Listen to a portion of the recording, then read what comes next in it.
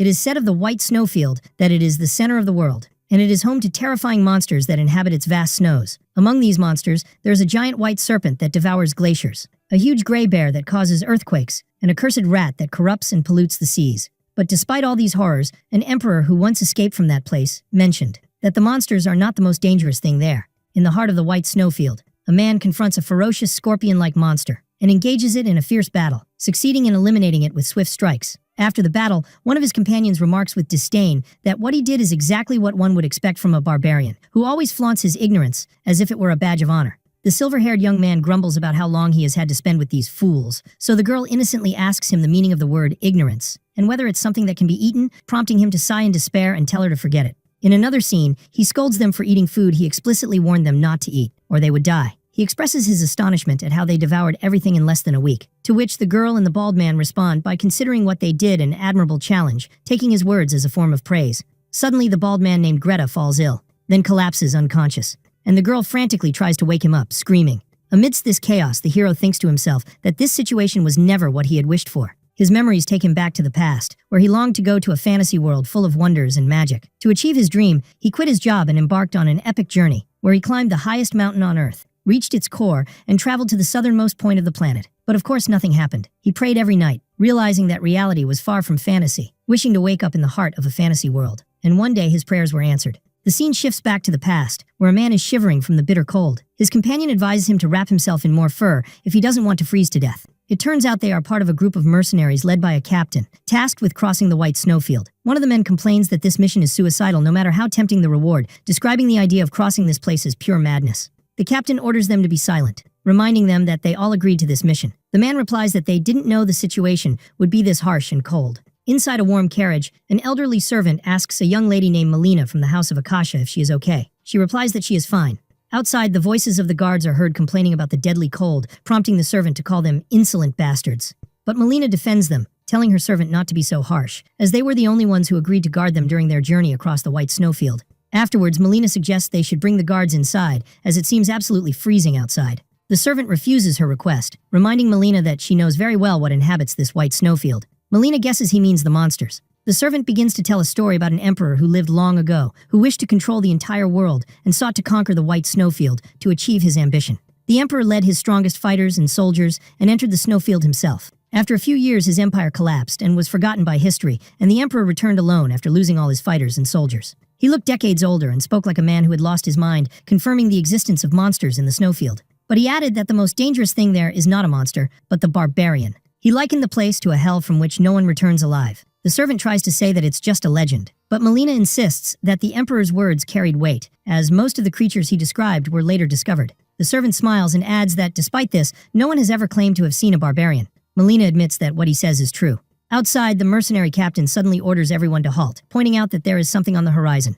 They cannot see the figure clearly in the distant horizon amidst the falling snow. The captain tells them the good news is that the newcomer is small, but the bad news is that it is heading straight for them. Everyone is shocked and expectant. As the figure approaches, they realize it is a human. But the real shock comes when they recognize him as a barbarian, striking terror into the hearts of the mercenaries. The barbarian approaches and speaks to them, explaining that he couldn't stand the sight of the other barbarians and went out for a walk. He introduces himself as Ketal from the Achin tribe, expressing his surprise at the presence of strangers in the snowfield and considering it a stroke of luck. Ketal guesses they are a group of mercenaries protecting a merchant caravan and suggests they turn back, though he doubts they will. He then asks if their employer is in the nearby carriage. Afterwards, he surprises them with a smile, saying he would like to be hired too. The mercenaries are stunned and ask in confusion what he means. Ketal clarifies his offer. He will help them cross the snowfield. The mercenaries are suspicious, wondering why a legendary barbarian would ask for work, if that's all he wants, and one wonders if this means he isn't hostile. Ketal responds to their unspoken doubts, saying that if he were hostile, they would all be dead by now. One of the mercenaries hesitantly asks his captain for his decision.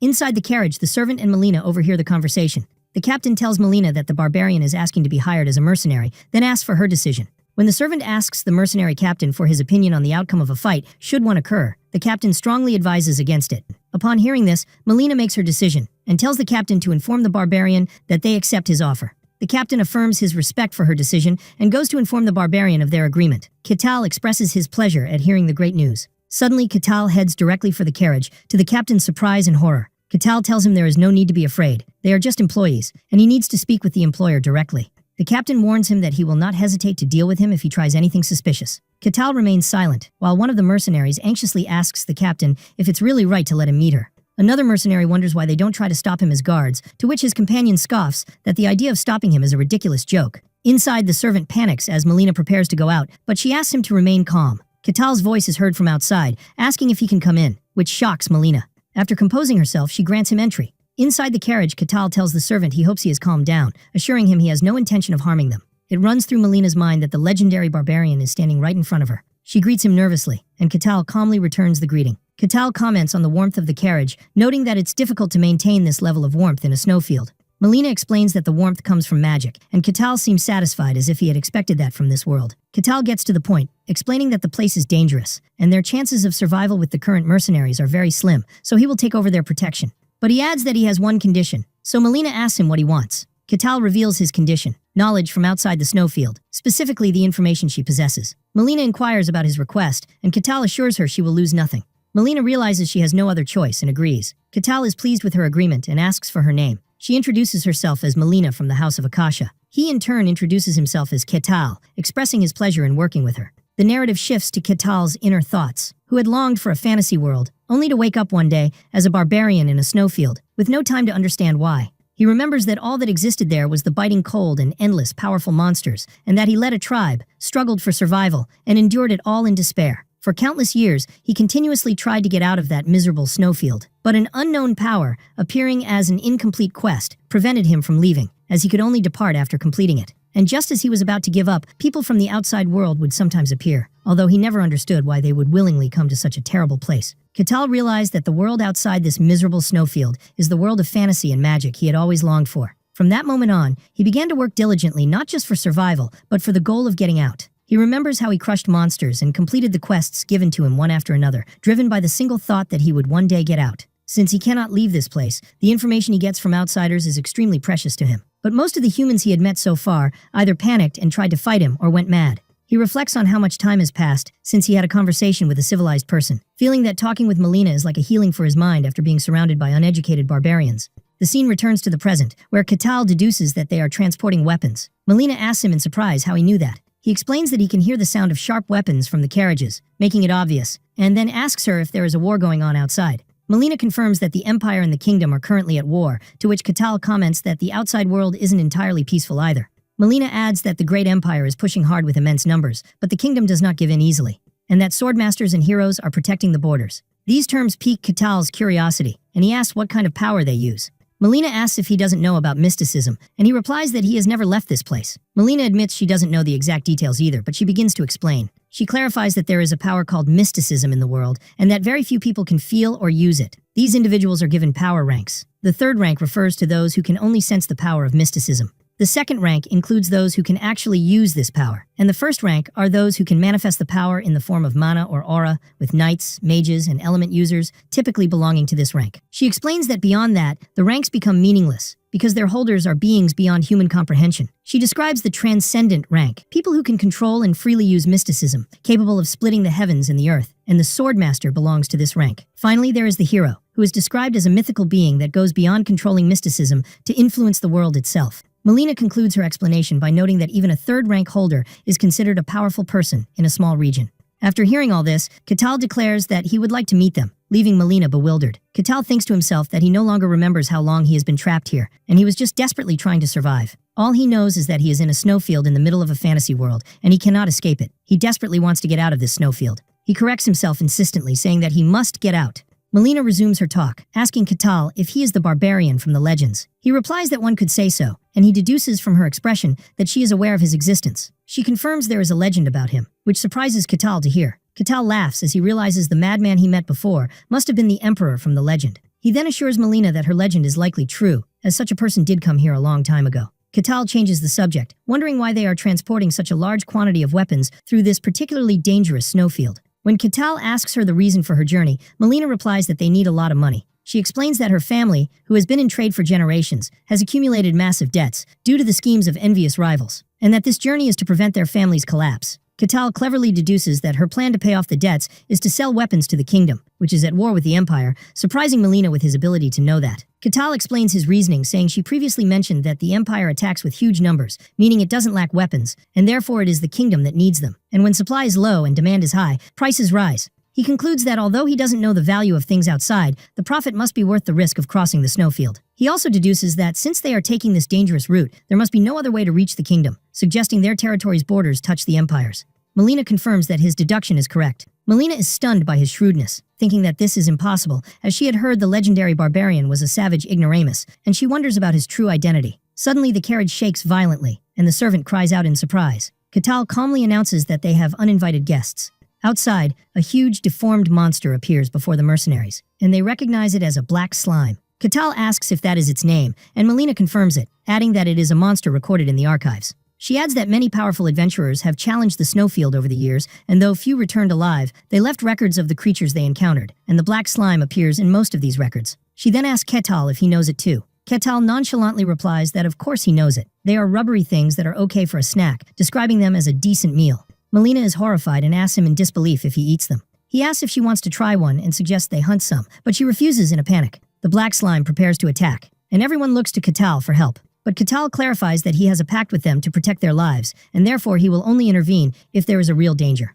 He tells them they can handle this thing themselves, and more importantly, he needs to assess the power level of the outside world for himself. The monster attacks the mercenaries, and the captain orders his men to raise their shields. The mercenaries struggle against the monster's powerful attacks. One of them jumps and tries to finish the monster, but he is thrown away like an insect, causing him to curse the monster's strength. The captain remembers an important piece of information and shouts the attack pattern, explaining that the black slime can only move in straight lines, and orders his men to disperse and coordinate their attacks. His men immediately respond to the order, confirming their understanding of the new plan. The mercenaries execute the captain's plan precisely, dodging the black slime's attacks and delivering their blows simultaneously. The monster screams in pain under the weight of their coordinated attacks. As they continue to stab relentlessly, the captain urges them to keep up the attack without stopping. When the captain realizes that normal attacks are useless, he orders his men to target the nucleus hidden somewhere inside the monster. The captain himself delivers a powerful blow with his glowing sword downwards, cutting through the slime's body. The monster's red nucleus shatters, and its body begins to melt. The mercenaries celebrate their victory, panting,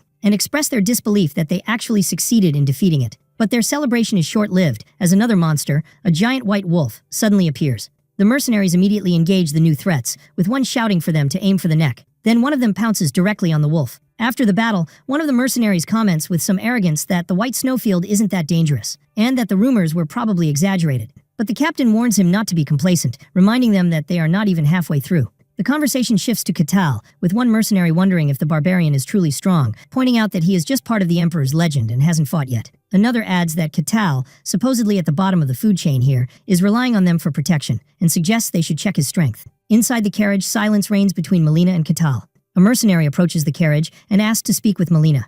He reminds her that they are mercenaries risking their lives to carry out this mission under their contract with her. Melina expresses her deep gratitude for them accepting this dangerous mission that everyone else fled from just by hearing its details, and that without them, she wouldn't have even been able to try. But the mercenary clarifies that there is one thing bothering him. The barbarian hasn't fought even once. They tell her they wish to confirm if the barbarian truly deserves the special treatment he is receiving. The captain claims he tried to stop them, but they didn't listen. Katal, who was listening, intervenes, saying he doesn't mind testing his strength, but not now. He explains that they have other visitors who came before them. A new ominous voice echoes, expressing its delight at the arrival of weak humans and describing them as a delicacy. Everyone is shocked at the appearance of this new threat. A huge, terrifying white serpent appears, telling them to scream and suffer as they please, as it will add flavor to its meal. The serpent's overwhelming presence causes Melina and the mercenaries to scream in pain. Katal steps forward and orders the serpent to stop, declaring that these are his guests, and commands it to go back. The serpent asks Katal why he is there, reminding him of the snowfield's rules that prohibit leaving the tribe's territory.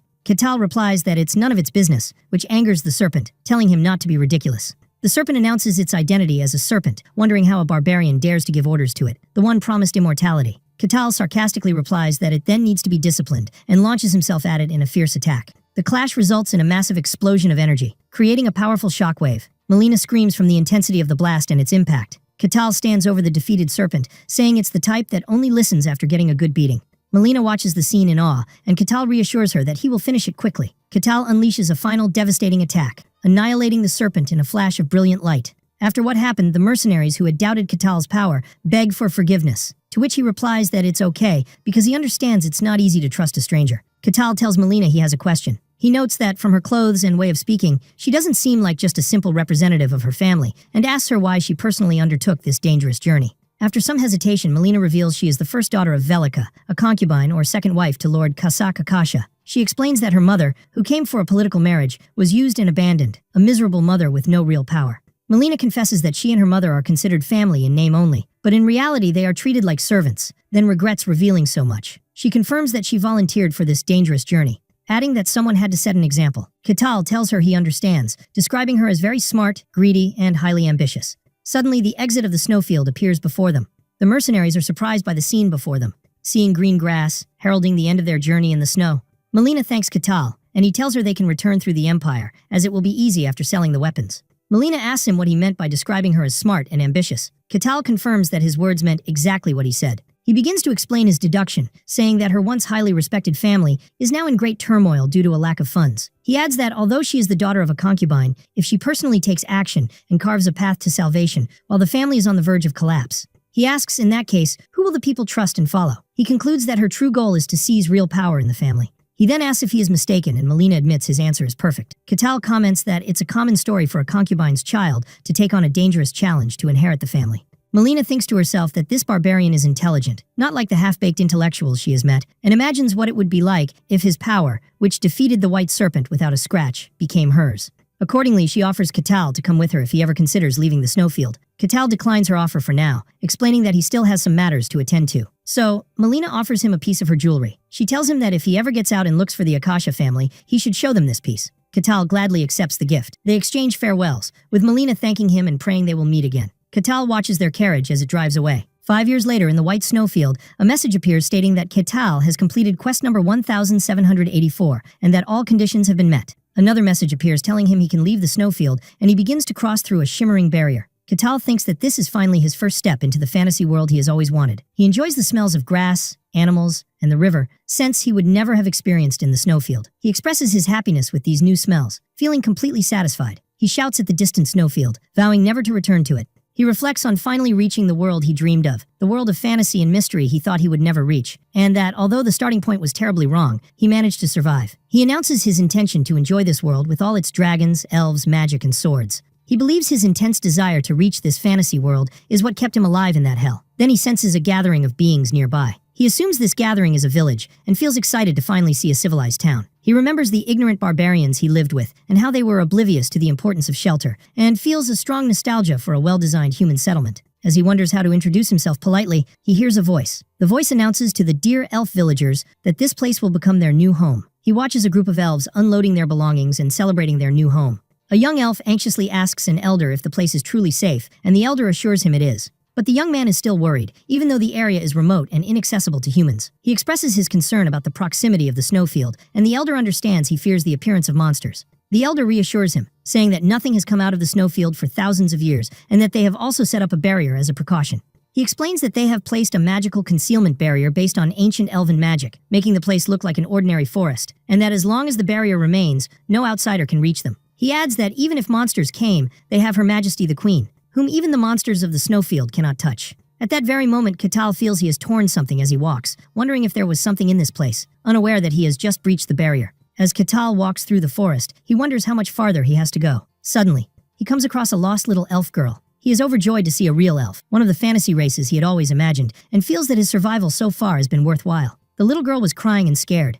having realized she had wandered too far and lost her way. Katal approaches her and says hello, but the girl panics at his appearance and faints. So Katal catches her. He is puzzled about what to do after she fainted before they could talk, and decides to take her back to her village. He remembers that elves and legends are a peaceful and benevolent race, and hopes that if he returns the child, they will welcome him kindly, and he will experience their hospitality. He was greatly looking forward to this experience. When he arrives at the village carrying the child, a woman, presumably her mother, screams in terror for her child, shocked by the presence of a human there. The elves react aggressively, asking him who he is and how he managed to penetrate their barrier. Katal realizes things are not going as he expected. The child's mother continues to scream. The elf elder expresses his shock, wondering how a human could have entered their protected land with a barrier. One of the elves tells him there is a crack in the barrier, and the elder panics, asking for the whereabouts of Her Majesty the Queen, and is told she has left for a short reconnaissance tour. Katal tries to explain that he is not their enemy, but a warrior threatens to hunt him to the ends of the world if he doesn't return the child. The elder declares that their location has been exposed and concludes that since the barrier has been breached, the humans must have come fully prepared. He wonders how long the humans have been tracking them. Katal realizes they think he is a kidnapper and decides he must clear up the misunderstanding first.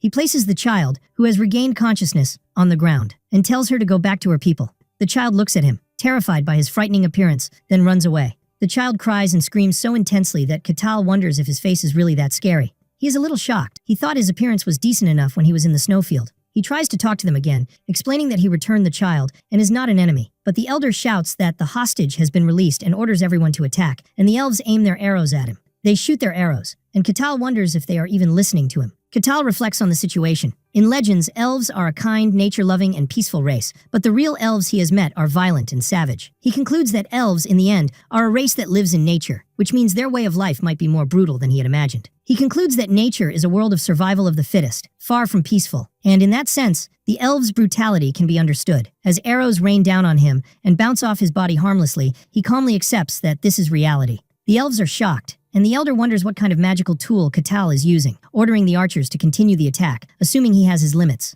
Katal decides to calm them down and unleashes a massive wave of purple energy. The explosion creates a powerful shockwave, sending the elves flying through the air. The elder stands in a daze, wondering what just happened. Katal, standing in the crater created by the blast, repeats that he is not their enemy. He thinks to himself that he might have misjudged his strength a little. At that moment, Katal is attacked by another arrow surrounded by a phoenix-like fiery aura, and the attack causes a powerful fiery explosion. It was the elf queen, Markria Hashian Karusia, who launched the attack and asks what is going on.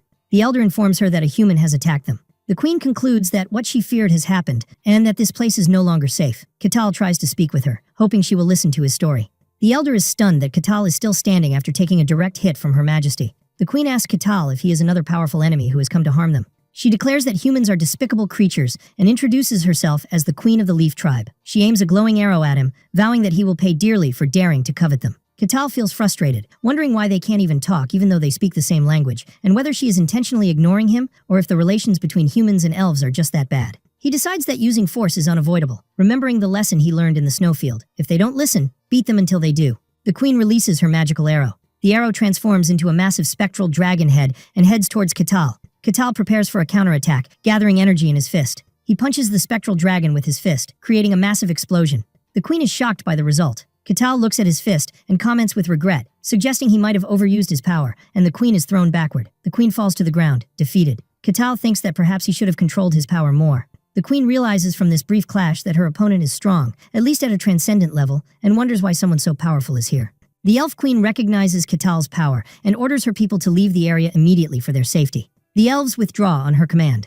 The queen tells Katal that she acknowledges his strength, but assures him he will never achieve his goal. Katal thinks to himself that the situation has turned into a complete disaster, when all he wanted was to talk to them. The queen begins to chant a powerful spell, summoning a horned being that carries the purest flame. She summons a great spirit in the form of a flaming bull, named Vigo. Excitement fills Katal, who thinks that the creatures in the snowfield were terrifying and strange, but this is a real summoning. He remembers that although some creatures in the snowfield had a fantasy-like appearance, most were hideous. But this creature before him, a bull with flaming horns, is completely different. He thinks excitedly that this is a true spirit and this is true fantasy. The queen orders Vigo to eliminate the enemy, but the high-level fire spirit mutters that summoning contracts are nothing but a nuisance and a hassle. The queen orders him to be silent. She thinks to herself that powerful spirits are usually old and arrogant, and that she would not have succeeded in making this contract without the help of another tribe, and she never expected to have to summon him in this way. She again orders Vigo to fulfill his contract. Vigo asks if the contract requires killing the human before him, but he suddenly hesitates when he notices something strange about Katal. He looks at Katal's intimidating aura and wonders if he is truly human.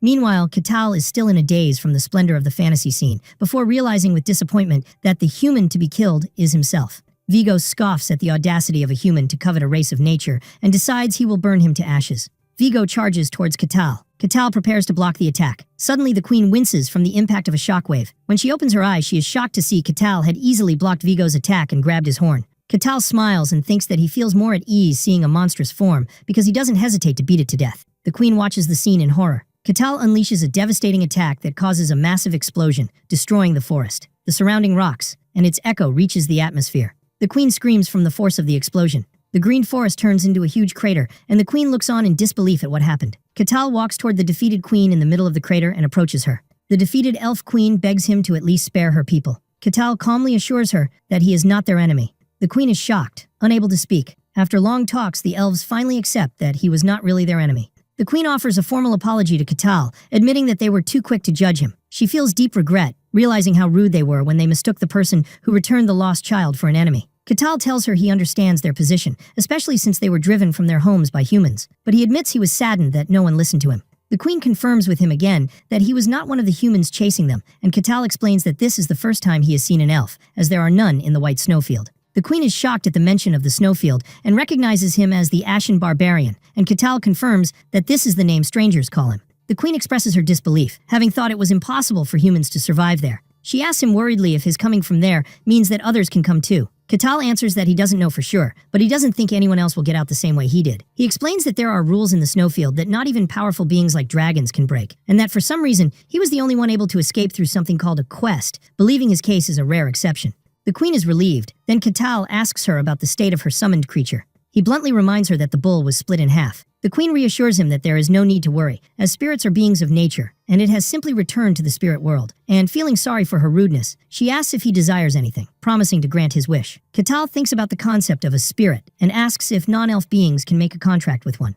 At first, the queen thinks it's impossible, but she reconsiders, stating that there are some humans close to nature who can make pacts with spirits. After thinking, she tells him that if he wishes to contract a spirit, he should go to Elfo Sagrado. She explains that this place is the sacred land of all elves where their god resides, and that he might be able to fulfill his wish there. Katal asks if a human like him can go there. The queen replies that it might be possible with her recommendation, and offers to give him the location on the condition that he keeps it a secret. The queen's inner thoughts reveal that Elfo Sagrado is the dream destination for all who study elves. She thinks that elves never reveal its location to other races because humans pose a great danger to this sacred place. Despite this, she decides to trust him and offers him a glowing crystal. Katal accepts it gratefully. The queen explains that even if he reaches the area, their god will surely test him. But she expresses confidence that he will succeed and wishes him a safe journey, and Katal thanks her. The queen formally introduces herself as Markria Hashian Karusia, queen of the Leaf tribe, and asks for his name. He introduces himself as Katal, the barbarian. After some time has passed, Katal speeds through the forest. At the border of the Barkon territory in the kingdom of Gehenthra, the guards panic due to a thunderous noise and an immense power approaching them. The guard captain orders the bell to be rung, and all guards to assemble immediately. Katal suddenly arrives, his powerful landing causing a tremor that kicks up dust and debris. The guard captain is shocked by his sudden appearance. Katal greets them and asks if they are the guards. The guards are bewildered and cautious. They wonder if he is the source of the noise and whether he is an enemy. One of the guards notices Katal's gray hair and the scar on his chest, and realizes with a shock that he might be the legendary Ashen Barbarian. As Katal approaches them, the guards raise their weapons and warn him not to come any closer, or they will attack. Katal calmly tells them he is not their enemy and hopes they will calm down. One of the guards nervously asks him what he wants from them. Katal points his finger in a certain direction, and the guard asks him what he means by pointing to the city gate. Katal expresses his desire to visit their territory, and the guards are shocked by what he said. The scene shifts to a room, where the guard captain asks Katal if his purpose is merely to pass through. Katal replies that he would like to stay for a while if possible, but he doesn't know for how long. The captain asks for his name, and he replies, Katal. When the captain asks for any proof of identity or someone who can confirm his identity, Katal says he has nothing of the sort. Katal remembers the crest Melina gave him, recalling her words to show it to the Akasha family if he ever got out of the snowfield. He presents the crest and asks if this is sufficient. Katal explains that it is the crest of the Akasha family, and he received it from a descendant of that lineage. The captain recognized the name as the Merchant family from the kingdom of Dinian. The captain recalls hearing about a merchant family that came to the snowfield a few years ago and notes that the Akasha family's influence has grown rapidly recently after a change in the family head. Katal asks again if the crest is enough to confirm his identity. The captain says it doesn't look fake, but it's hard to confirm since it's not from their kingdom. The captain decides that although the crest isn't a complete confirmation, it is useful. He allows Katal to enter, but on one condition. He clarifies that the condition is to confirm that he is not a dangerous person. The captain explains that there are 3 other people with unconfirmed identities also trying to enter the territory. The condition is that Katal must form a team with them, and they must clear a nearby dungeon to prove they pose no threat. Katal finds this condition easier than he expected. Katal agrees to the captain's condition, but the captain adds another one. The second condition is that after clearing the dungeon, Katal must report all information about the operation to them. Katal understands the captain's clever plan to have the people with unknown identities watch each other, and through their reports, he will be able to expose any suspicious ones among them. The captain changes the subject, flustered, and asks Katal if he is really a barbarian. Katal confirms that he is indeed a barbarian. The captain expresses his surprise, admitting he has never seen a barbarian like him before and had thought they were just an ignorant race, then ends the conversation and tells him to set off. The scene shifts to a waiting room, where a man named Alessandro Tyrannus, a supposed holy knight, complains about having to enter a dungeon with a scoundrel who takes advantage of people. A thief named Kasan Hak retorts, sarcastically asking if the old man is venting his anger on him because another thief scammed him out of all his money.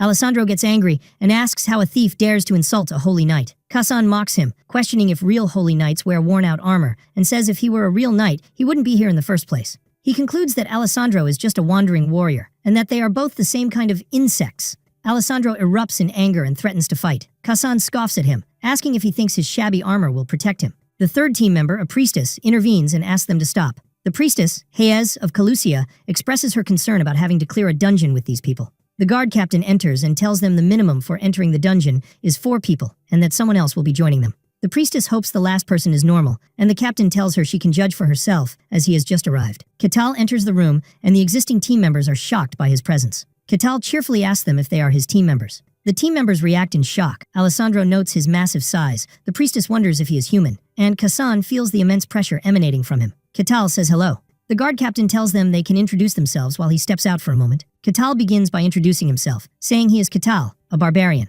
He then asks the thief for his name, who hesitantly introduces himself as Kasan Hak. He moves on to the holy knight, who introduces himself as Alessandro Tyrannus, and Katal asks him if he uses holy power.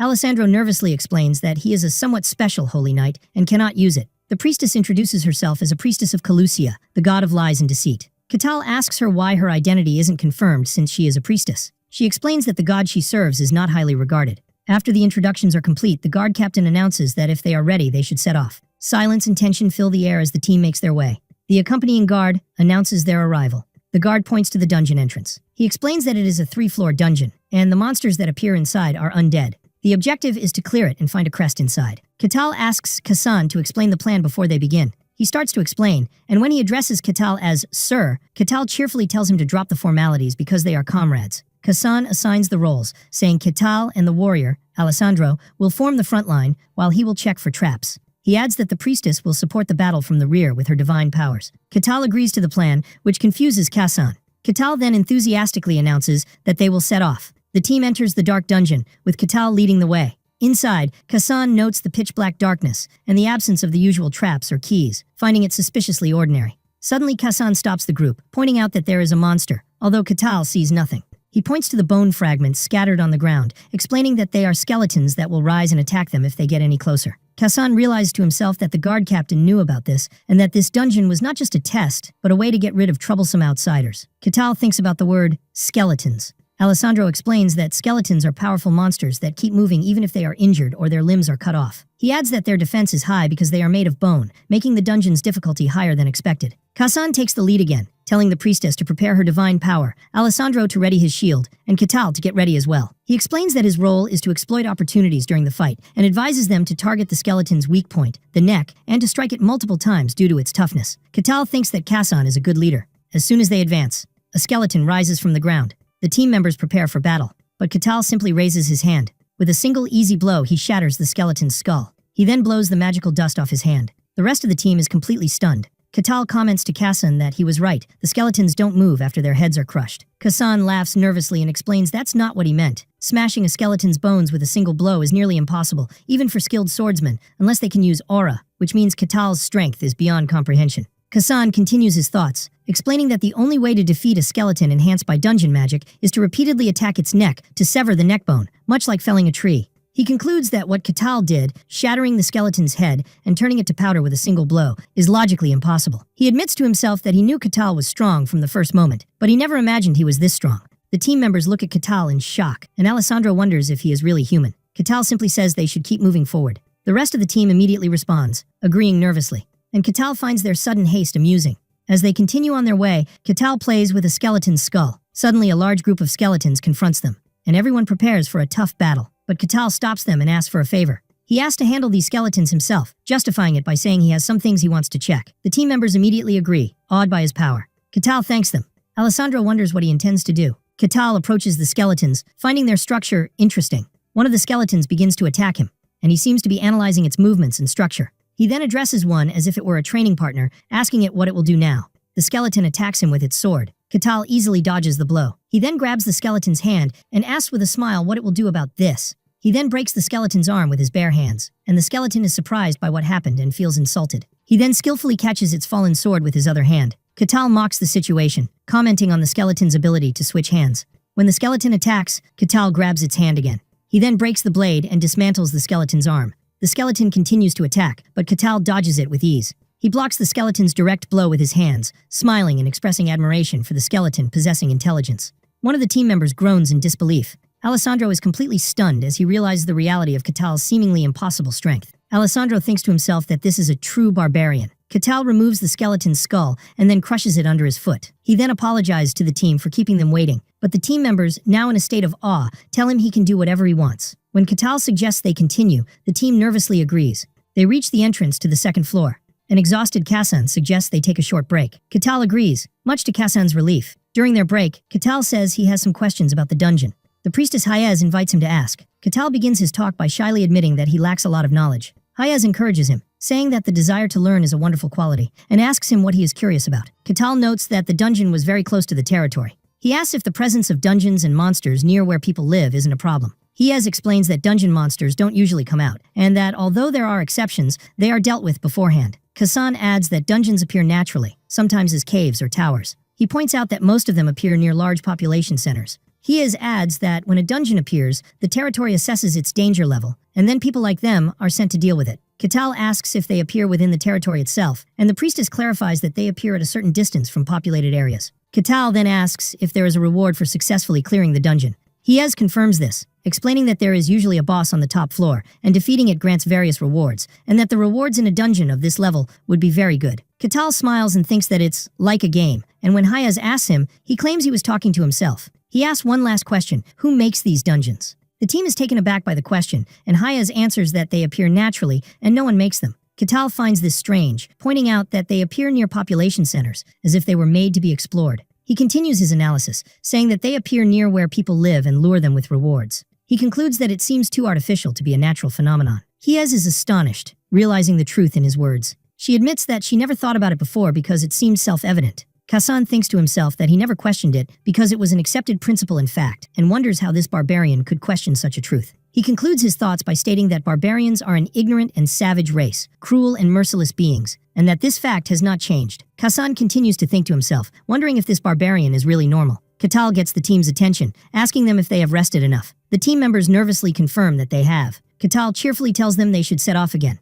The team ventures deeper into the dungeon. They encounter something, and Katal asks about it. Kasan explains that it's a treasure chest, one of the labyrinth's rewards, and tells Katal he can have it if he can open it. He adds that opening a chest of this level requires a skilled thief with a proven ability in lockpicking. Kasan laments that a thief with such skill wouldn't need to enter a dungeon in the first place, suggesting they should abandon it. But Katal simply tells Kasan to open it. Kasan is shocked. Katal points out that this is a treasure chest, and Kasan is a thief. Katal enthusiastically explains that opening treasure chests is the essence of a thief's work, and that he is excited to see a thief's skills for himself. Kasan thinks that Katal is not wrong, but there's a problem. If he could do it, he wouldn't be here in the first place. His internal struggle reveals his lack of self-confidence. He is just a minor thief, not even recognized by the Thieves' Guild, and he doesn't actually possess lock-picking skills. He can't tell Katal the truth, fearing that the anticipation in his eyes will turn to disappointment. Katal intervenes when he sees his hesitation, asking if he is incapable of even doing this, calling him useless. Driven by fear, Kasan agrees to try. As he works, he feels Katal's piercing gaze from behind him, thinking in terror that he won't survive if he fails.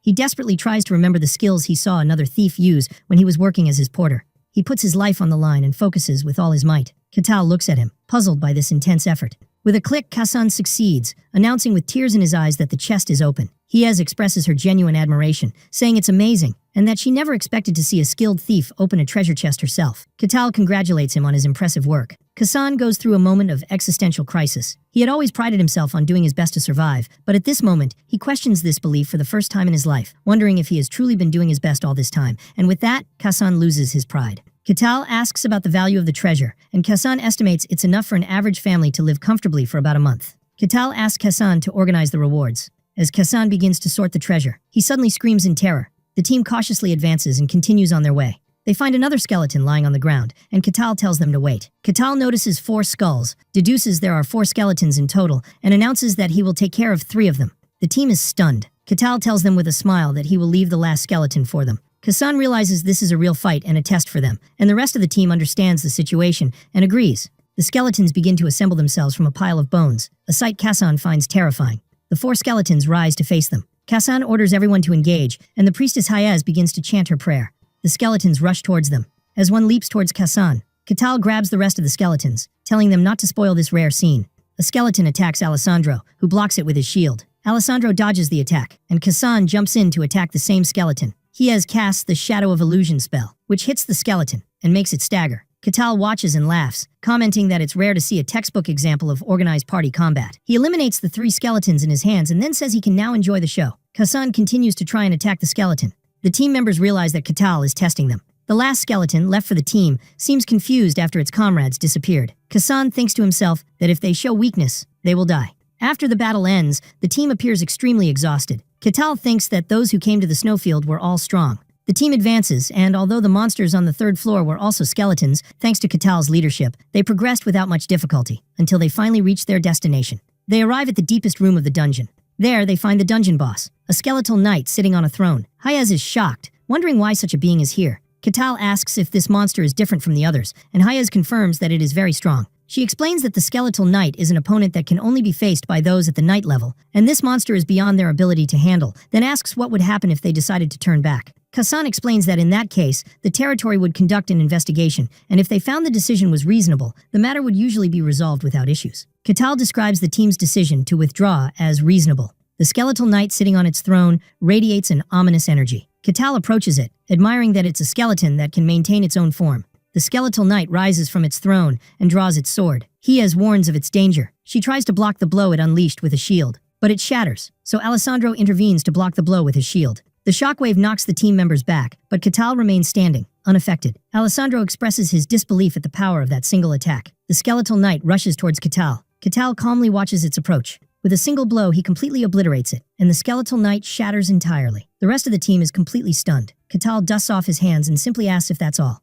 A new treasure chest appears, and Katal calls out to Kassan. He asks if he can open it, and Kassan replies in a panic that it's impossible because it's protected by a high-level lock beyond his skills. Katal comments that it's a shame, and Kassan agrees that they should abandon the chest. Katal ignores this and prepares to smash the chest open by force, shocking Kassan. With a powerful blow, Katal shatters the chest and opens it. Katal comments that the reward might be bigger this way and asks Kassan to collect the loot. Kassan thinks to himself that he has never heard of smashing a treasure chest by force and wonders why Katal asked him to open the first chest if he could simply smash it. They exit the dungeon, which begins to disappear. Kassan explains that when a dungeon is fully cleared, it disappears, and he concludes that there was no secret room this time. The concept of a secret room interests Katal, and Kassan tells him they exist but are rare, which Katal finds interesting. The guard captain is waiting for them, shocked at their swift return. The captain asks about the dungeon, and Katal replies that it was very satisfying. The captain tells them he will follow the exit procedures and asks them to accompany him one by one.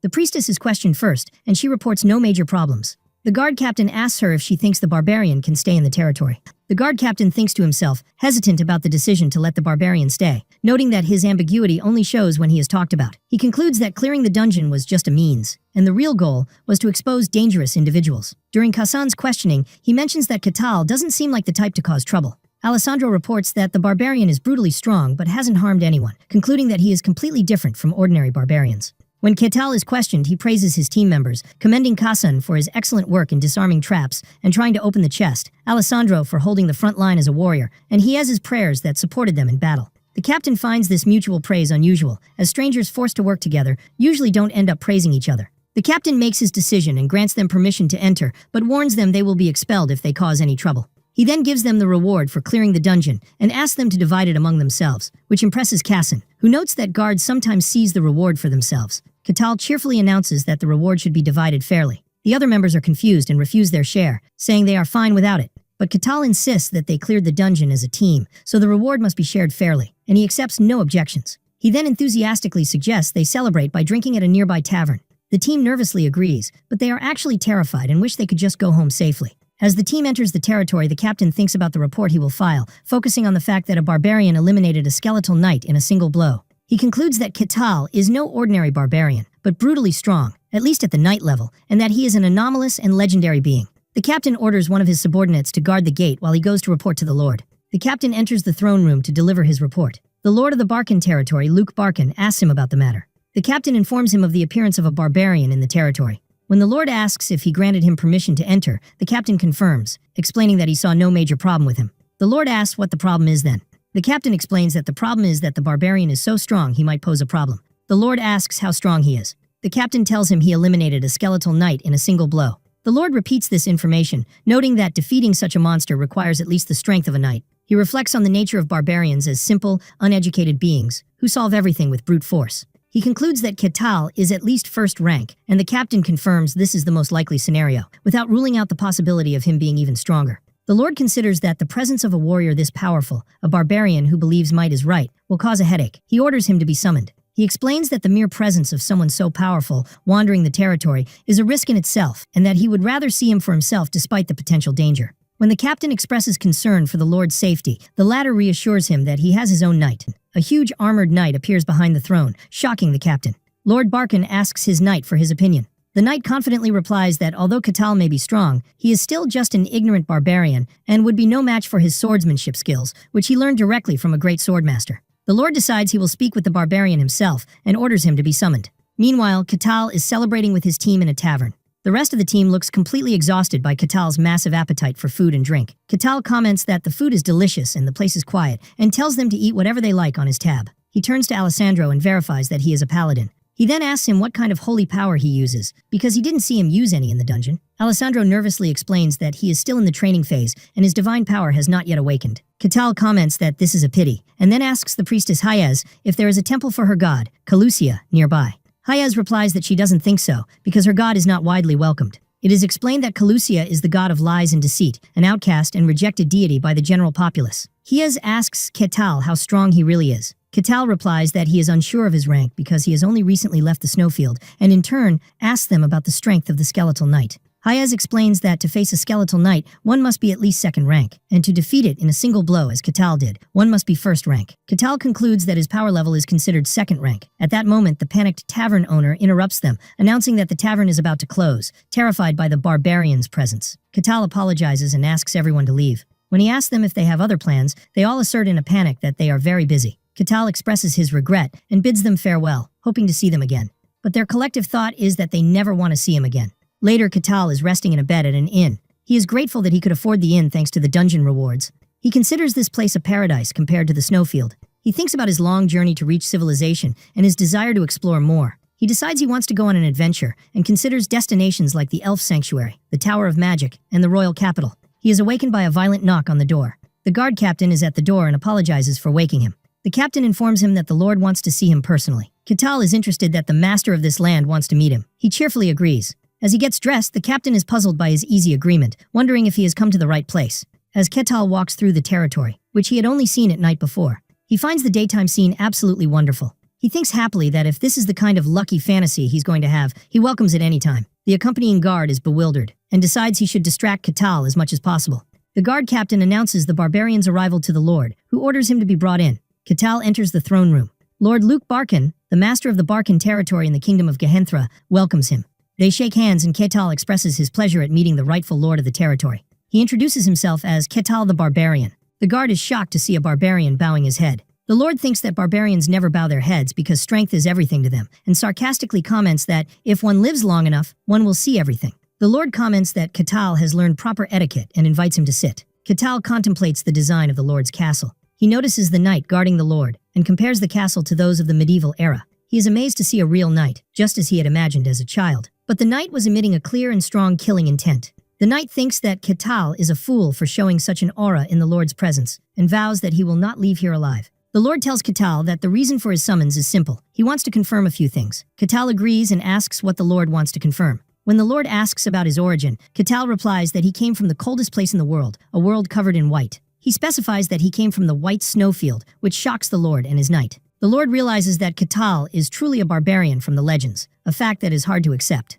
Ketal adds that it was a horrific place, and whether the Lord accepts this fact or not is his choice. The Lord changes the subject and asks a different question about how strong Ketal is. Ketal rephrases the question, saying what matters is how dangerous his strength is. He answers that it's the wrong question because he doesn't know the standards outside the snowfield. The Lord suggests a way to find out his strength, a duel with one of his knights, with the promise of a handsome reward. Ketal repeats the word, duel, and the Lord confirms it will not be a battle to the death. Ketal smiles and says he likes the idea, feeling excited at the mere thought of dueling a knight.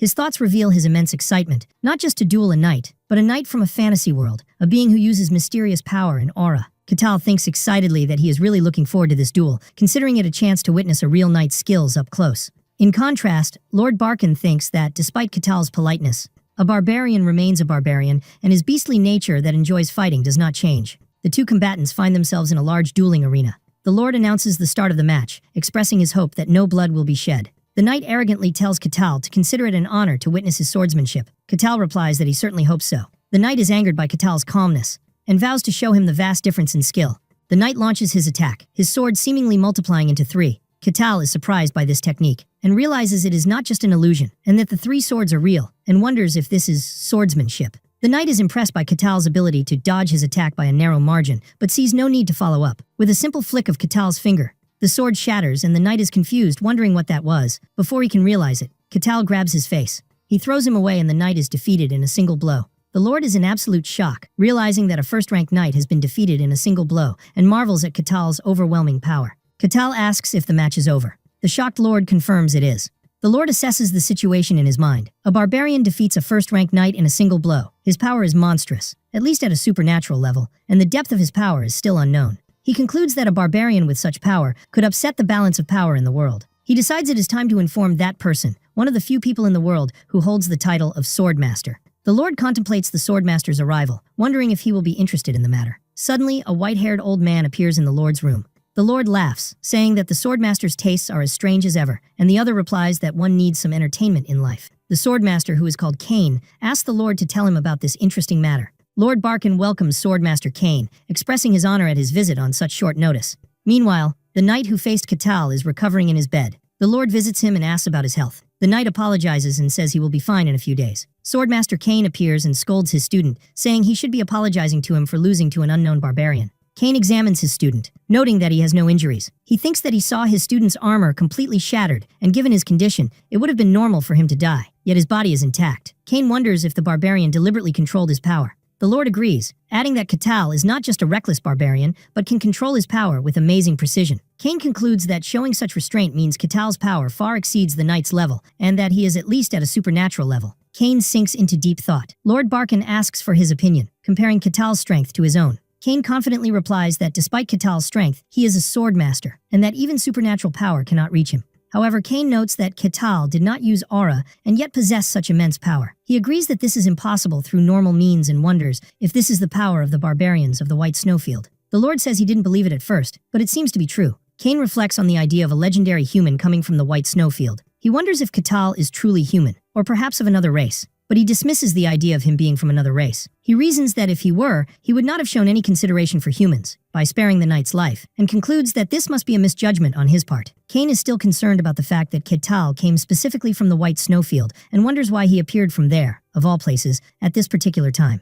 When the Lord asks him if something is wrong, Cain dismisses it as a matter for another time, grumbling about the strange requests the Emperor always makes. He reassures the Lord that it's nothing to worry about for now. Cain asks if the barbarian is still in the territory, and the Lord confirms he is. Cain decides he must confirm things for himself. Later, the guard captain asks Katal about his future plans. The captain gives Katal his reward for the duel and informs him that the Lord will no longer interfere with his activities within the territory. Katal thinks that although his plans are not set, it would be good to have an officially recognized identity to avoid future trouble. The captain explains that there are ways to achieve this, either get a high-level sponsor or become a mercenary. He elaborates that if he builds a record of achievements as a mercenary and gets recognition from the guild, his identity can be officially recognized. The guard captain thinks that getting a sponsor is the more suitable path for someone with this barbarian strength, as low-rank mercenaries are treated as mere errand boys. But Katal is charmed by the idea of being a mercenary, who takes requests and kills monsters, considering it the essence of fantasy romance. He asks where he should go to become a mercenary, and the captain tells him there is a guild hall. He eagerly asks the captain to guide him, and the bewildered captain agrees. The narrative explains that although some see mercenaries as romantic figures, they actually represent the lowest rung of society for those without official status. Even the strong ones often die in undiscovered dungeons or become scapegoats for dirty work. Upon arriving at the mercenary guild, he finds the place in chaos due to a violent brawl, with 2 mercenaries cursing at each other, while onlookers bet on the fight. Nearby, a woman asks the receptionist, Rosa, about the new recruits.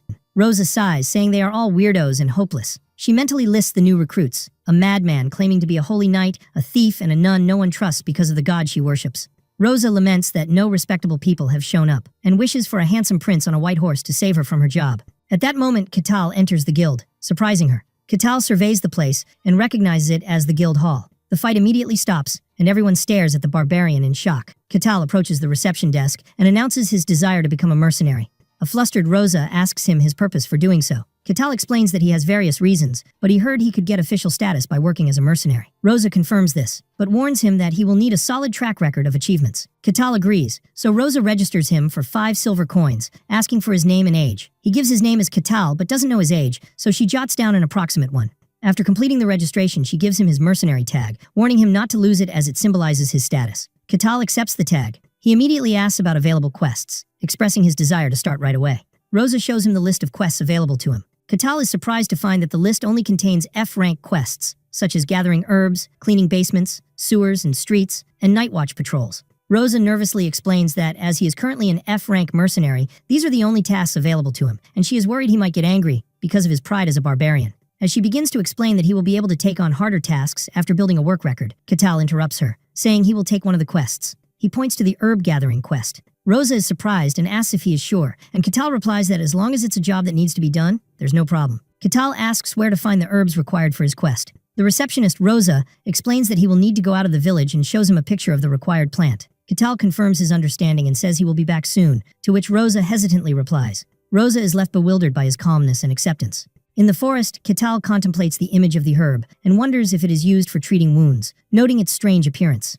He decides to begin his first mission as a mercenary. About an hour later, Katal returns to the mercenary guild. He presents a huge pile of herbs and asks if this quantity is enough. Rosa is shocked by the large amount. When she examines the herbs, she is surprised by their excellent condition, noting that most mercenaries pick them carelessly. Katal proudly declares that despite his appearance, he is quite confident in his delicate touch. Rosa thanks him for his hard work and gives him his reward, a single silver coin. Katal realizes that this amount is barely enough to buy the cheapest meal. However, he feels deeply moved, as this is the first money he has honestly earned through labor. He tells the astonished Rosa that he is very satisfied and asks if he can take another mission immediately. Rosa is confused, believing it's impossible for him to be happy with such a meager reward. Katal explains that he wants to work as much as possible, as long as the day is not yet over. Rosa wonders why he seems so happy. She comes to the conclusion that this new mercenary is also a weirdo. Time passes and Katal chooses the warehouse cleaning mission for the day. Rosa notes that this is his 3rd cleaning mission after gathering herbs, and wonders in confusion if barbarians like to clean. Hesitantly, Rosa approves his request. Katal arrives at the warehouse and announces that he has come to clean. The warehouse owner panics upon seeing a barbarian. The task of cleaning the warehouse and moving the goods was easy for him. His next task was street sweeping. Although controlling his strength was difficult at first, he completed the task without major issues. Someone was watching him from afar through a scope. The observer wonders why Katal is acting this way, as he is aware that Katal is at least supernaturally strong, a man whose power could affect an entire kingdom. The observer continues to think in confusion. This barbarian, who is supposed to solve everything with force, is doing menial jobs. What's stranger is that he's not doing them half-heartedly, but taking them seriously. While the observer is completely bewildered, Katal feels satisfaction and accomplishment from his simple work. Later, Katal receives his pay. Rosa tells him this is his reward for completing 15 missions, which is 15 silver coins. Katal thanks her and tells her he will be back the next day to start his 2nd day in civilization. Katal walks through the city, enjoying the sights of daily life. He spots a building that turns out to be a library. When he enters, the librarian panics. He asks her if she minds him reading some books, which only increases her terror. Katal begins to read quietly. The swordmaster watches him in confusion, wondering if the barbarians of the snowfield are more civilized than others. Katal discovers from a history book that the Empire has won the war. He connects this information to Melina's visit a few years ago, who was on her way to sell weapons to the kingdom that lost the war. He reads that the Empire is now a dominant power, and that the kingdom of Barkan, where he is essentially a vassal state. The book goes on to explain that the Empire has swallowed half of the human world and continues its aggressive expansion. Katal thinks about the idea of world domination. He decides that's enough of human affairs and turns to what he really wanted to study: non-human races. He picks up a book that collects information on non-humans, realizing that the fantasies written in it are existing realities in this world. Katal continues his reading, learning about Mantamea, the tunnels of the dwarves, and the richest caves in the world. He reads about the fairy village Pizarabia and the sky city of the Celestials, Lagmeria. Then he reads about Elfo Sagrado, the sacred sanctuary of all elves whose location no one knows. Katal thinks that thanks to the information he got from the elf queen, he now has what it takes to enter this sanctuary. He is surprised to read that there are other places similar to the White Snowfield. The book describes demonic realms, places that do not allow human presence and are filled with twisted and deformed beings, and mentions that there are 5 particularly vast realms. These 5 realms are the Silent Forest, the Abyss, the Deep Sea, the Bottomless Pit, and the White Snowfield. The book states that terrifying beings called the Others inhabit these realms but cannot cross over into the human world. Katal marvels at the vastness of this world, as the snowfield alone was immense. He decides that this is all he can learn here and prepares to leave. He thanks the terrified librarian, who stammers a reply. Later, Catal returns to the mercenary guild and asks Rosa about today's missions. Rosa hands him the quest list. Meanwhile, Swordmaster Kane, who has been observing Catal for the second day, concludes that he is truly strange and decides he must meet him personally. Later that evening, Catal walks happily, having completed another 12 missions. He thinks that the small tasks are accumulating, and at this rate, the day he is recognized as a true mercenary will come soon. Suddenly, he feels someone following him and stops. He turns to face a hooded figure, Kane. Kane is shocked that Catal noticed him. Catal asks the person who has been following him all day about their purpose. Kane thinks to himself how Catal could have possibly noticed him. He is stunned because he had concealed his presence with aura, something that even those with the sharpest senses are not supposed to notice. When Catal sees the hooded figure's silence, he assumes it's a thief and prepares to fight, which confuses Kane. Catal thinks that even in safe places there are thieves. Kane panics, thinking that Catal won't believe him if he tells him he is a swordmaster. In contrast, Catal sees this thief as an opportunity to get a good achievement for his mercenary record. Kane is bewildered by the misunderstanding. He then realizes that this situation could be a good opportunity. Since Catal is mistaking him for a thief, he can use the direct confrontation to learn about his true strength and identity. The confrontation between Catal and Kane begins. Suddenly, Catal disappears from before Kane's eyes. Catal instantly appears behind Kane, who is shocked. Kane realizes that if he had stayed put, Catal would have grabbed him by the neck. Kane uses a burst of energy to quickly move away, and Catal comments on his speed. Kane is shocked, realizing he was almost caught, and even more surprisingly, he felt no flow of aura from Catal. Catal finds it interesting that Kane was able to move so quickly with a purely human body. Kane decides this is no longer a test, and that he will use his full power. Kane attacks, but Catal easily dodges him. Kane is shocked again, because he couldn't react even after expanding his senses. Catal grabs Kane's arm, who feels an immense force as if his whole body is being pulled by force. In pain and unable to match him in strength, Kane decides to release his full power. Green light mana envelops Kane's body, surprising Catal. The force compels him to retreat, while Kane looks at the energy in his hand. Catal still believes Kane is a thief, and comments that thieves these days have various techniques. Kane tells him to stop this nonsense. Kane thinks to himself how Catal is mistaking manifested mana, a level only the best can reach, for a thief's technique. He concludes that Catal genuinely believes this. Kane explains to himself that manifested mana can tear through solid steel, and a human body should be torn apart on contact, but Catal didn't get a single scratch. Kane marvels at Catal's ability to withstand it with his bare body, while Catal comments that Kane is using something interesting. Kane decides to end it and draws his sword, but Catal stops him with his finger before he can draw it. Kane tries to pull the sword with all his might against Catal's finger, but he is unable and is shocked and desperate, realizing that this is the end of the line for him. Catal looks at the defeated Kane, thinking that this is what thieves are like in this fantasy world. The guard captain arrives at the scene completely confused, wondering what is happening and why Swordmaster Kane is here. When he sees the scene, he assumes the barbarian has attacked the Swordmaster. Catal tells him that he has caught this thief. Then, holding the defeated Kane, he asks if turning him over to the guards will count as work experience as a mercenary. The guard captain watches the scene in shock, disbelieving that Swordmaster Kane, someone who has reached the rank of the Transcendent, has been captured in such a humiliating way by the barbarian. The captain tries to explain that Kane is not a thief, while Catal assumes they are acquaintances. The guard pays his respects to Swordmaster Kane, the only swordmaster in the kingdom of Gehenthra. Catal asks in confusion if this thief holds such a great title. He insists that Kane is a thief who attacked him for his silver coins. The captain asserts that this person is the swordmaster and that he couldn't mistake his face, to which Catal replies by asking if he is a magician using a disguise spell. The captain replies that a high-level magician who could do such a thing would be respected just as much as a swordmaster, prompting Catal to wonder if swordmaster is just another name for thieves. The captain once again affirms that Kane is truly the swordmaster. The captain decides he must report this matter to the Lord. The Lord is shocked, wondering if Master Kane has lost. Later, Catal feels regretful, thinking he should have listened to the whole story. Kane also admits fault, saying the blame is on him for not saying anything, and the two sit in an atmosphere of mutual regret. The Lord thinks to himself, disbelieving that Kane was defeated by the barbarian.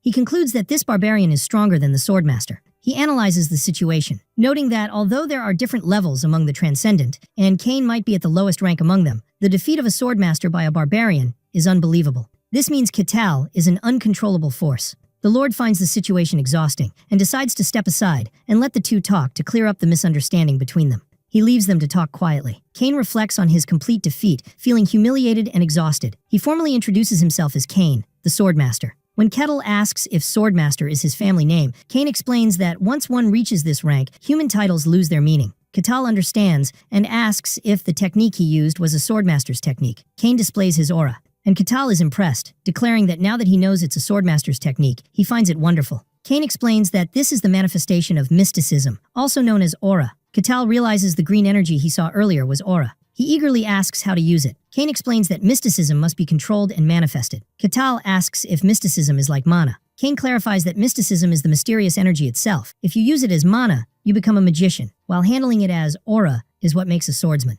After understanding that both mages and swordsmen use mysticism, Katal shyly admits that he still lacks knowledge and asks Kane to teach him his technique. He insistently asks Kane to teach him. Kane is surprised by the request, asking why he is asking for guidance when he is the stronger one. Katal replies that if Kane had used his sword in their fight, the outcome might have been different. Katal expresses his excitement to learn, while Kane worries for his pride, anticipating it might be shattered further. Katal thinks that what he learned of basic swordsmanship in his past life does not compare to this art. This is the true fantasy swordsmanship that uses mysterious aura. Kane begins to explain, stating that the hallmark of his school of swordsmanship is the embodiment of illusion and reality, and asks Katal what he saw when he fought his student. Katal realizes the knight he defeated was Kane's student, and describes how his sword strikes split into 3 real attacks. Katal understands that this is what is meant by embodiment. Kane explains that his style focuses more on technique than raw power. He adds that swordsmanship is the art of fusing the sword with aura to use mysticism, and one who reaches the end of this path is called a sword master. Katal is fascinated by the aura, while Kane still can't believe he is teaching a barbarian.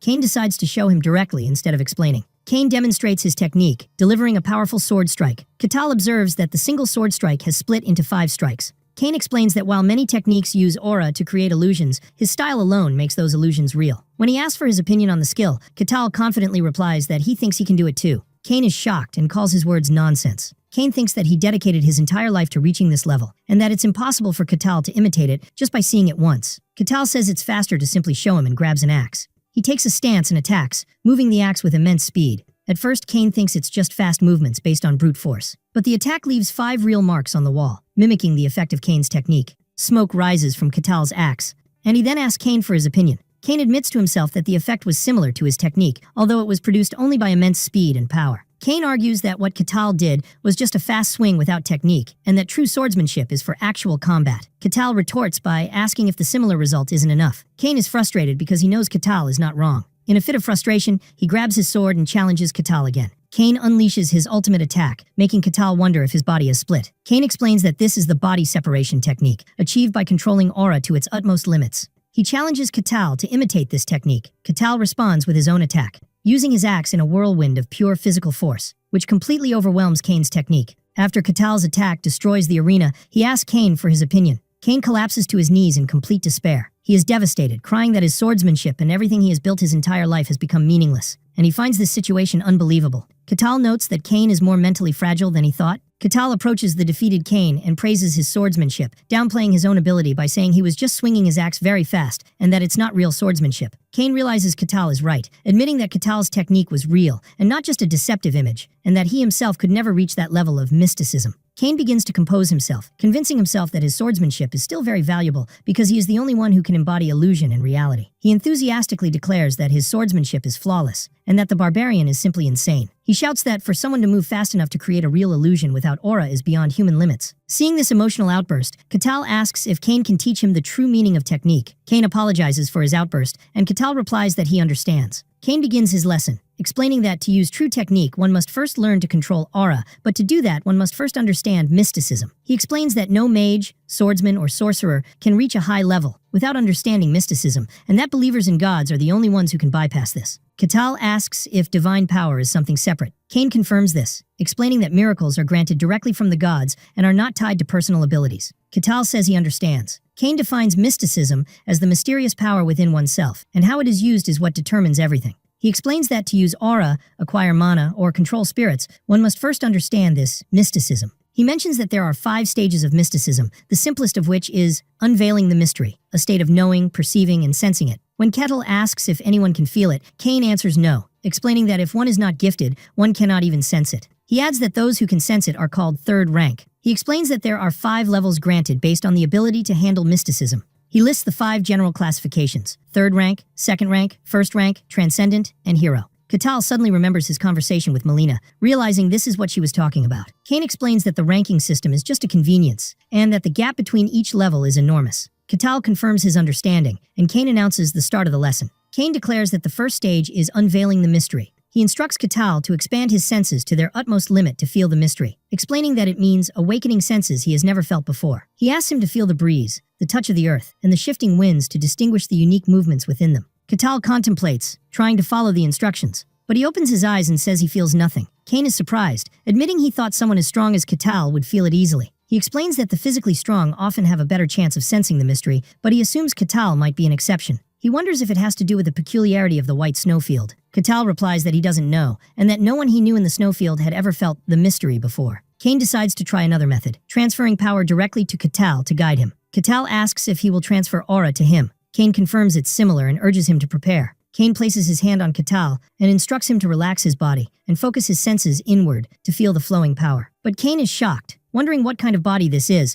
and if it is truly human. He thinks that Katal's body feels like solid rock due to the density of his muscles. When Katal notices his hesitation, Kane apologizes and says he will begin. Kane starts to transfer aura, believing that what's important is to awaken the latent mystery. But he is shocked again, realizing he cannot find the mysterious path within Katal's body. He corrects himself, saying he cannot reach it. He describes the experience as diving into a bottomless sea, where his aura touches nothing, or like pressing through a space of overwhelming density. Kane declares that it's no use. Katal asks worriedly if this means he lacks talent. Kane clarifies that's not it. In the end, one must find the path themselves. Katal says he knows that, but Kane drops the bombshell that he couldn't find that path inside Katal's body. Katal asks in shock if this means he can't sense the mystery at all, but Kane denies it, explaining he couldn't even confirm whether the path existed or not. He explains that Katal's body is strange, and that it is so deep and heavy that the aura couldn't properly reach its interior. Kane thinks that this is the first time he has seen something like this, where Katal's pure physical strength prevents aura. Katal is frustrated, wondering if even a swordmaster can't help him. Kane admits it's hard to say for sure because he couldn't confirm anything.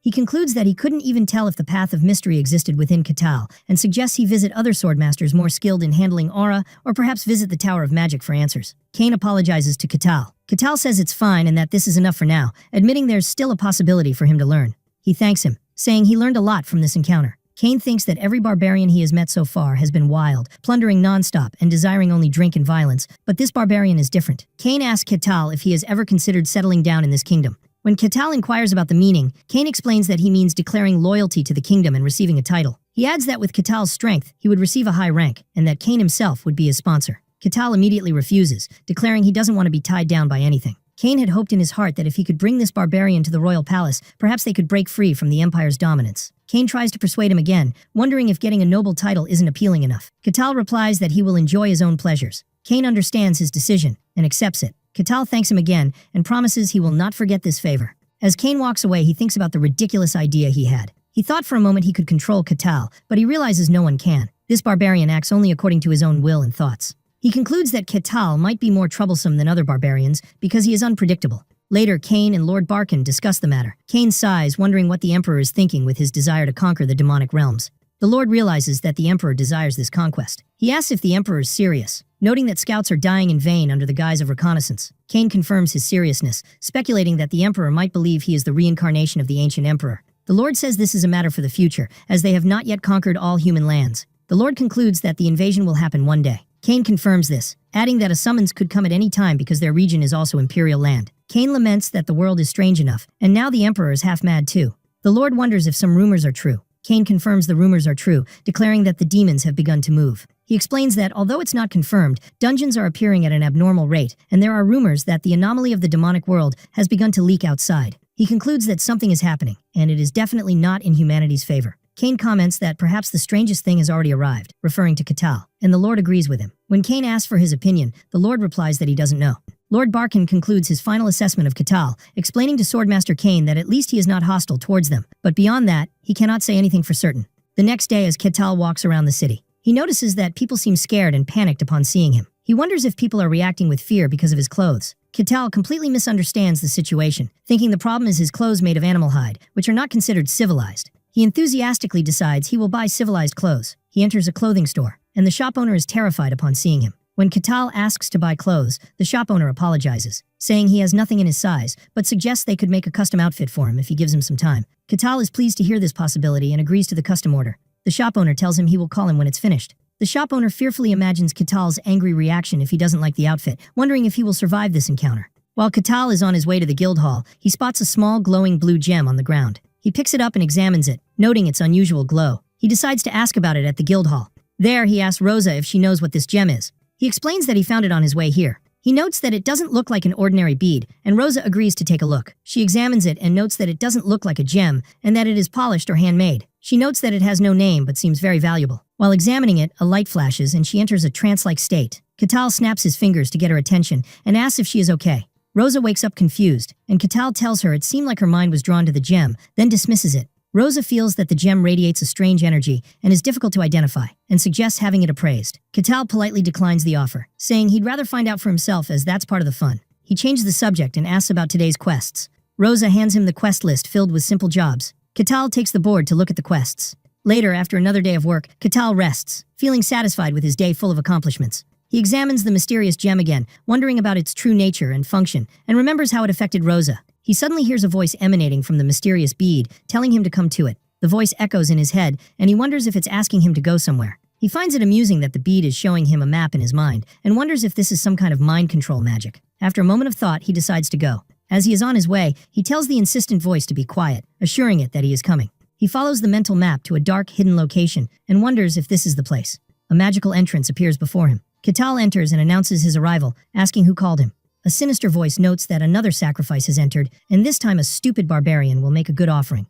An immortal sorcerer, a lich, declares that his resurrection ritual will begin. The narrative reveals the lich's story. In a time of ancient chaos, there was an evil sorcerer who manipulated kings and ignited wars. But his evil deeds eventually led to his exposure and defeat at the hands of heroes. Moments before his defeat, he succeeded in transferring his soul into a life vessel, thus becoming a lich. A lich is defined as a being that achieves immortality by embedding its soul in a life vessel. Thus, the evil sorcerer became a lich, plotting his resurrection. To complete his resurrection, he needed a large number of souls as sacrifices, so he settled near a remote territory and scattered enchanted beads to lure victims one by one. The lich thinks that his plan was proceeding successfully, but he is puzzled by the presence of a barbarian here, as he chose a remote land to avoid attracting attention. He finds his presence unusual. The lich concludes that Katal's large size will make him an excellent sacrifice. The lich explains his trap. He enchanted the beads to only attract those who are ignorant of mysticism. Therefore, he assumes Katal is just an ordinary barbarian ignorant of mysticism, and that his lack of being affected by the magic is just an illusion. The lich addresses Katal, asking him to become the cornerstone of his glorious resurrection.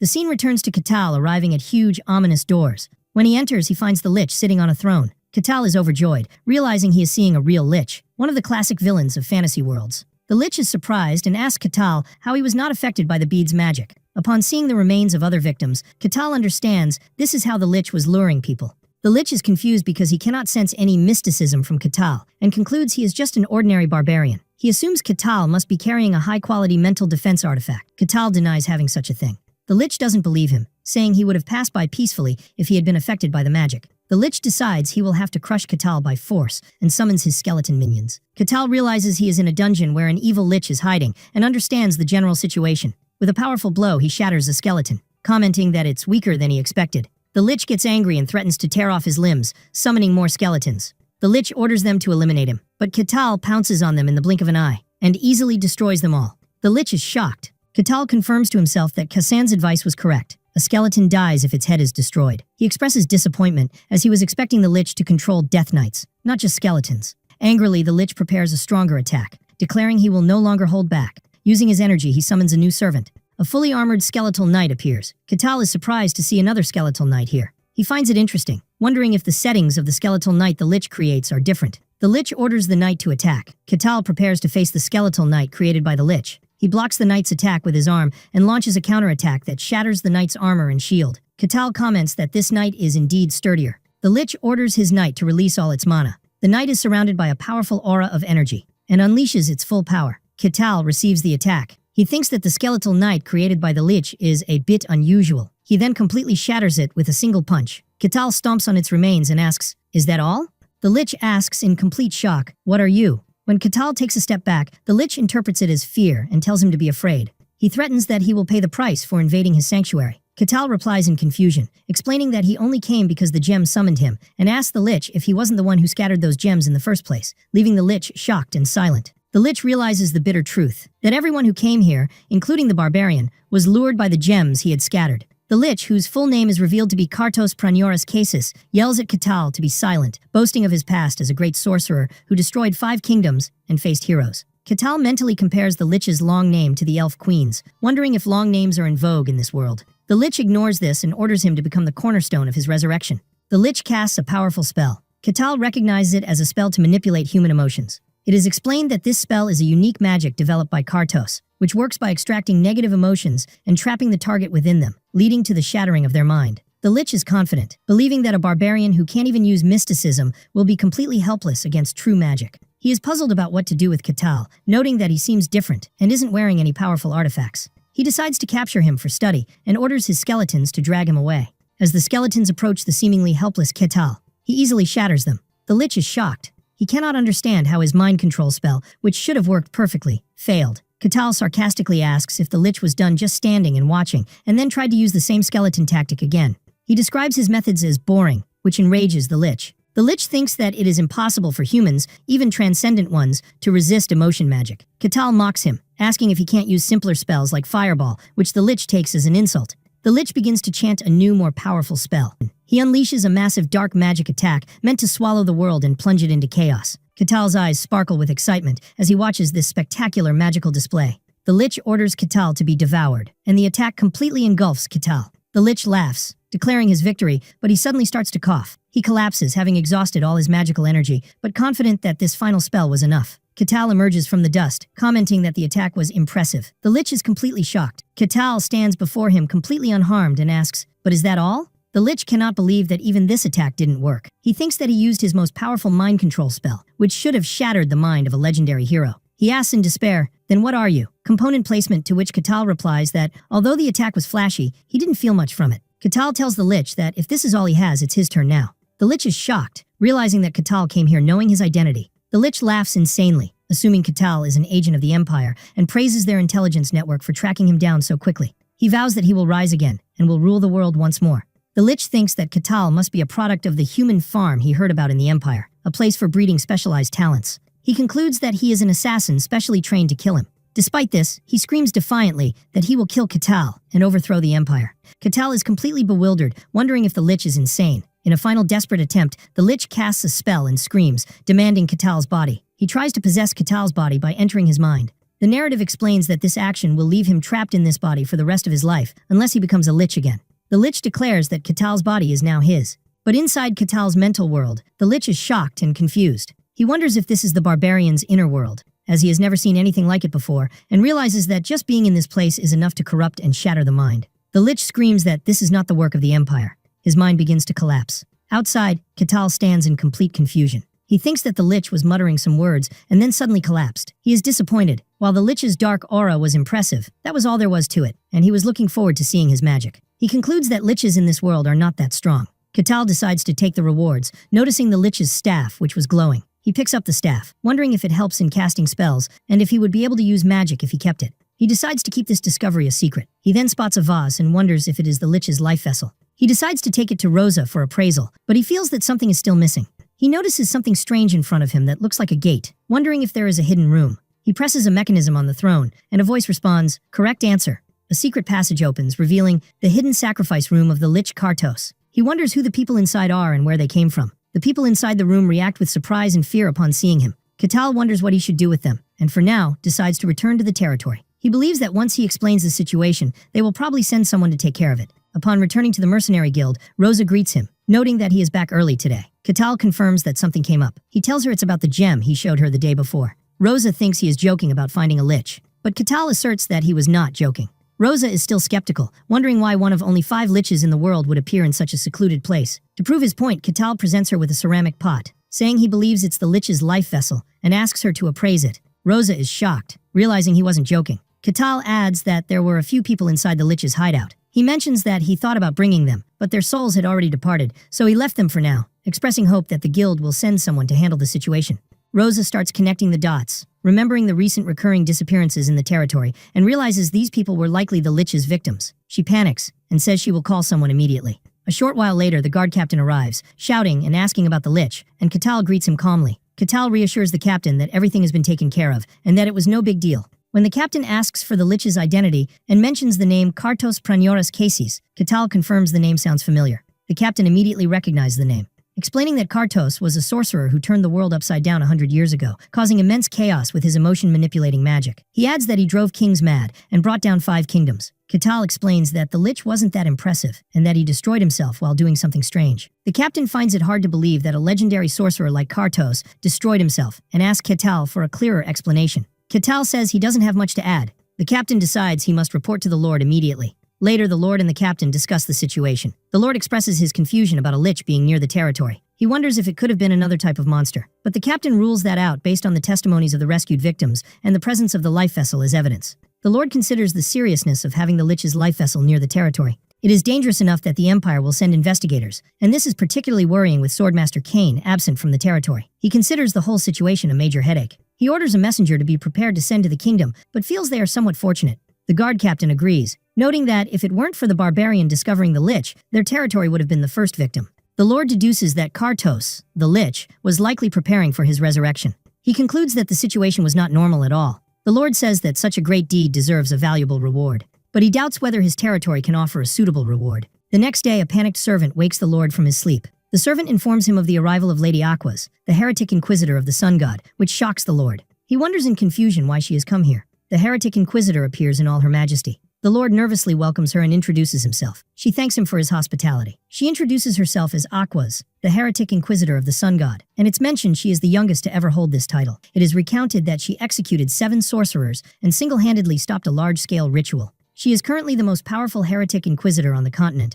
wielding authority that surpasses that of lords. Even the Empire bows to the orders of the sun god in her presence. The Lord wonders again about the reason for her presence. Aquas notes that the territory has been noisy recently. The Lord explains that a minor problem occurred in a dungeon and was resolved, concluding that her visit is not because of the Lich. When he asks her the reason for her visit, she says she came to talk about the prophecy, but she adds that before she tells him the details of the prophecy, she would first like to confirm what happened in the territory. The Lord asks her worriedly if she means the Barbarian and the Lich. She confirms it, and adds that the Lich was probably Kartos Pranioras Casis. The Lord is shocked that she knows, and Aquas tells him that the confirmation is here. He presents her with the life vessel of the Lich Kartos. Aquas is visibly shocked upon seeing the life vessel. She asks if that Barbarian is still in the territory. The Lord confirms he is still residing there. Aquas wonders if it's possible that the Barbarian defeated Kartos. The Lord replies that it is possible. He then drops the final shocking piece of information, that Lord Cain himself was defeated by him, leaving Aquas in a state of complete shock. Aquas deduces that a new powerful figure has appeared and asks about this Barbarian's tribe.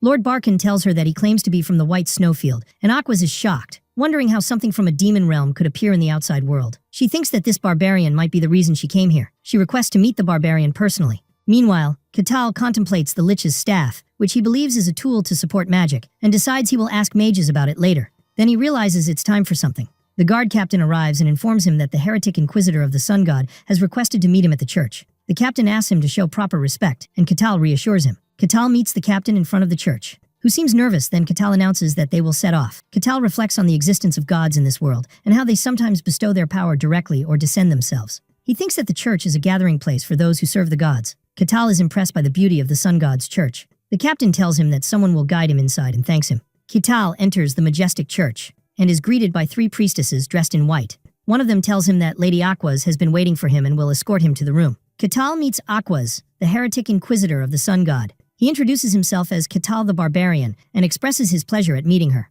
Aquas notices his smile and wonders about its meaning, while Katal thinks that she must be very skilled. Katal asks for the reason he was summoned. Aquas explains that it concerns what happened in the dungeon recently, specifically Kartos, the Lich whom Katal claims to have defeated. She adds that Kartos committed great evils throughout the world, and that after becoming a Lich, no one could stop him except a hero. Katal confirms he has heard that, but insists that the Kartos he saw was just a self-destructing Lich. He clarifies that he can only tell her what he saw. Aquas suggests that she allow the sun god she serves to observe their conversation. She explains that if he lies in the presence of the god, a negative reaction will occur, and Katal understands this to be a divine lie detector. Aquas assumes that Katal, as a barbarian, will refuse this proposal. But Katal wonders why he would refuse, considering it a rare opportunity to experience a god's power directly, and he eagerly agrees to start immediately. Aquas is astonished, wondering why he seems so excited. Aquas asks if this proposal bothers Katal. Katal inquires about her meaning, and she clarifies that she means the fact that the god will be watching him. Katal wonders why this would be bothersome, declaring that he has nothing to hide because he hasn't told a single lie. Aquas agrees to proceed and begins to pray. She calls upon her god, who watches from above and observes the sun in all its glory, to reveal any lingering falsehoods. A brilliant light floods the area, and Katal feels an immense presence that transcends human description.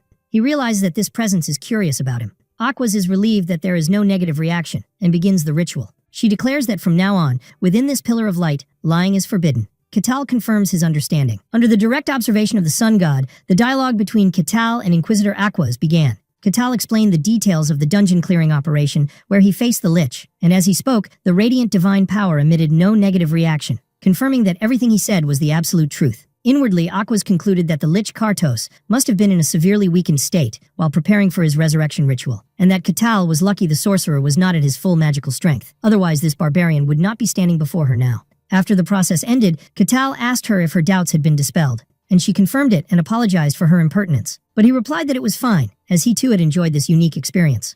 After that, Aquas asked for permission to ask one last personal question, and after he agreed, she nervously and directly asked him in a serious tone if he was truly from the White Snowfield. When Katal calmly confirmed his identity, Aquas appeared shocked and disbelieving, wondering how someone could truly come from that demon realm, and she connected his existence to the legend of the Ashen Barbarian told by the Emperor long ago. With a sudden sharp gaze, her red eyes gleaming, she was surprised when Katal expressed a desire to ask her a question in turn. Katal asked Aquas why she had come to this specific territory, and she replied that she had personal business. But Katal countered with a piercing look, asking if her mission was primarily to ascertain whether he was an unclean being. Surprise struck Aquas, who tried to deny it.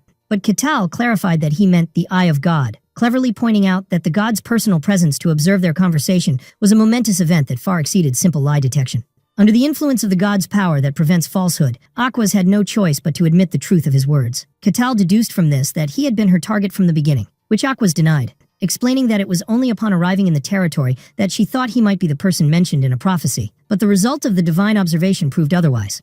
Aquas apologized for hiding her true intentions, which Katal accepted, finding the matter interesting in its own way. He then took the opportunity to ask her about the content of that prophecy. Aquas hesitated, clutching the sun symbol hanging around her neck, explaining that this was a secret she usually only revealed to those she trusted, but she decided to speak. Aquas began to narrate the details of the prophecy to Katal, whose face showed signs of astonishment. After some time, Aquas was lost in deep thought, standing by the large church window, until the sound of someone's footsteps interrupted the moment, and she turned to see who it was.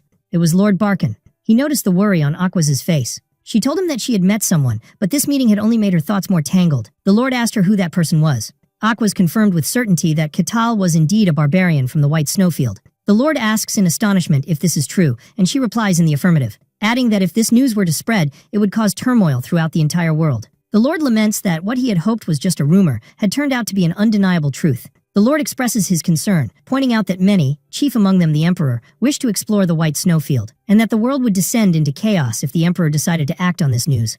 Aquas reassures him that there is no need to worry about that, explaining that her organization will handle the Lich Kartos themselves, and that they intend to keep the barbarian's existence a secret from the public, which greatly relieves the Lord. He then asks her if all barbarians from the White Snowfield are as strong as Katal, to which she replies in the negative, reasoning that if they were all like him, they would have already left the snowfield and conquered the world. The Lord agrees with her, adding that the barbarians scattered across the world, despite their immense physical strength, are characterized by stupidity, which is a natural shortcoming in them. But he wonders with concern about the grave consequences if these physically dominant beings also acquired intelligence. Aquas tells him she heard that Katal possesses both strength and intelligence, and adds that she also heard the current king of the barbarians is different from his predecessors. Aquas replies that she met him once, and he was indeed different from ordinary barbarians. The Lord comments that a meeting between these two could be interesting, but Aquas strongly rejects the idea.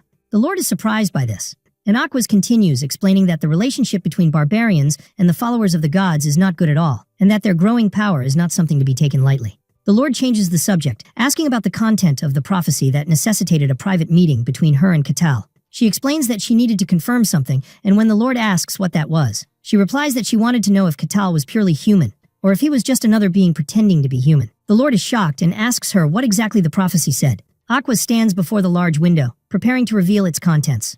And when she does, the Lord appears completely stunned, muttering words of disbelief. Later, the Lord summons Katal again. Katal tells him that, thanks to him, his affairs are going well in the territory, and then asks why he was summoned. The Lord explains that he has something to tell him as the ruler of the territory. Although Katal shows disinterest, the Lord continues, announcing that he has prepared a reward for Katal in appreciation for saving the territory. The Lord orders the reward to be brought in, and surprise shows on Katal's face when one of the guards places the reward before him.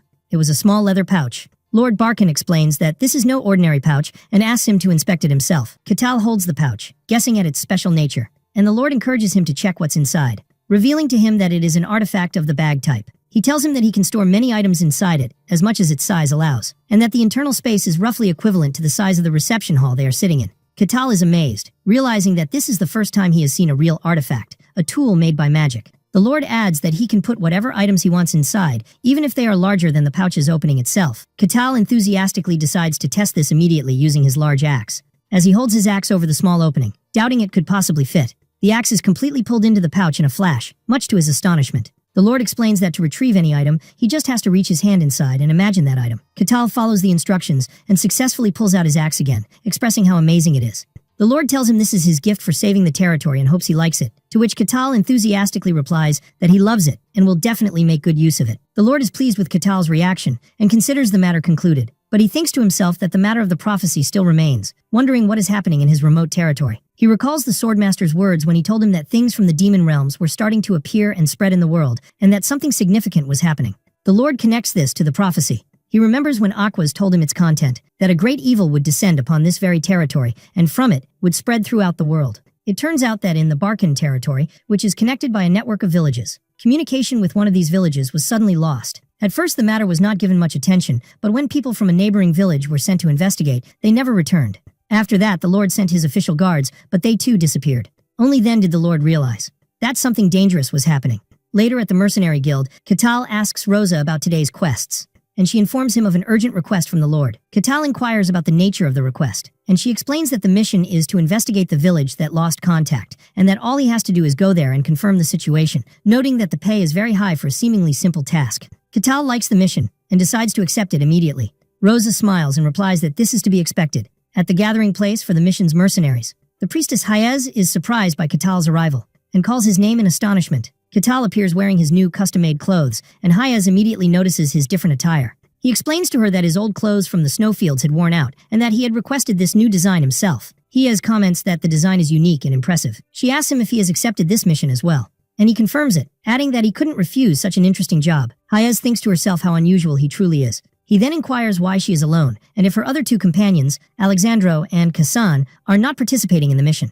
Hayez guesses that they probably refused the mission after seeing the details. Catal glances at the small crowd around him, noticing that the number of participants is smaller than he expected. He had thought that a simple mission with high pay would attract many people, but their total number didn't even reach 10. Hayez explains to him that the mission is actually a bit dangerous. Although Catal sees that the request itself seems simple, Hayez explains that the pay is much higher than it should be. She reveals to him that there are rumors that the guards sent to the village never returned, which means the mission is not as simple as it seems. Nevertheless, Catal insists that the attendance is still too low. Hayez hesitantly tells him that there is another rumor that explains this. She reveals to him that it's related to Lady Aquas. Catal is surprised to hear the name, and Hayez reveals that the heretic inquisitor of the sun god, Lady Aquas, will be participating in this mission, adding that very few mercenaries dare to work alongside her. Hayez expresses her personal concern, wondering if Aquas plans to cleave her head off. Catal reassures her that it won't happen, describing Aquas as a polite and kind woman.